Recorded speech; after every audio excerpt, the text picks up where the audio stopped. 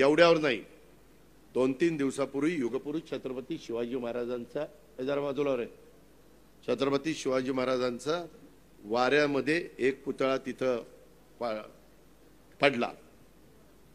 त्याच्या संदर्भामध्ये जे कोणी दोषी असतील त्यांच्या चौकशा केल्या जातील। आता पेपरला बातम्या येत आहेत की ह्यांनी केलं, ते त्यांनी केलं, ते त्यांनी केलं, ते त्यांनी केलं, ते कुणी केलं, काय केलं, त्याचा सगळा तपास लागला पाहिजे।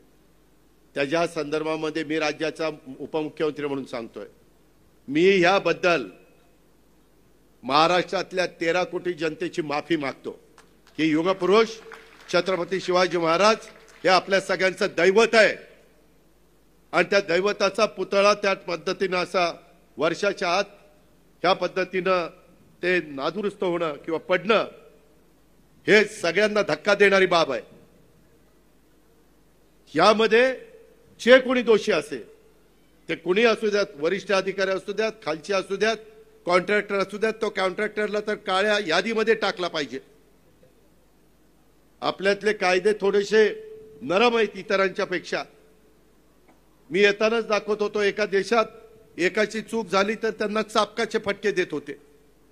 काही ठिकाणी एवढं पुरतात आणि फार विचित्र पद्धतीने, मी सांगू शकत नाही इतकं वाईट पद्धतीने त्यांचं जीवन संपवतात।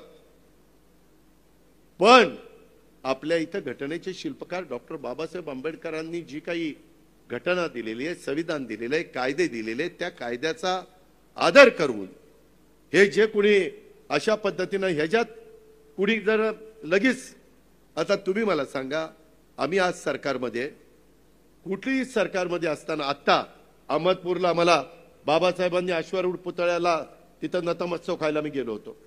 छत्रपती शिवाजी महाराजांचा इथं पुतळा आहे का नाही, तिथं आम्ही जाऊन नतमस्तक झालो।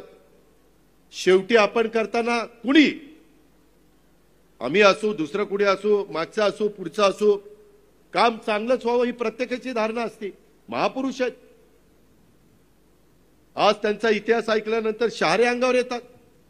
राजमाता जिजाऊ असतील, पुण्यश्लोक अहिल्यादेवी होळकर असतील, रमाई माता असतील, त्या सावित्रीबाई फुले असतील, शाहू महाराज असतील, महात्मा फुले, त्याच्यामध्ये आपले डॉक्टर बाबासाहेब आंबेडकर, अण्णाभाऊ साठे, मौलाना आझाद, किती लोक महापुरुषांची नावं घेऊ।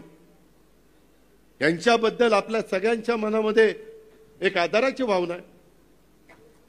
त्यांनी एक चांगल्या पद्धतीनं आपल्या पुढे आदर्श ठेवलेला आहे, विचार ठेवलेला आहे, भूमिका मांडलेली आहे।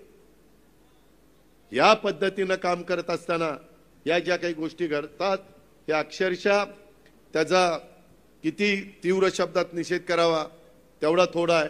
आणि ह्या संदर्भामध्ये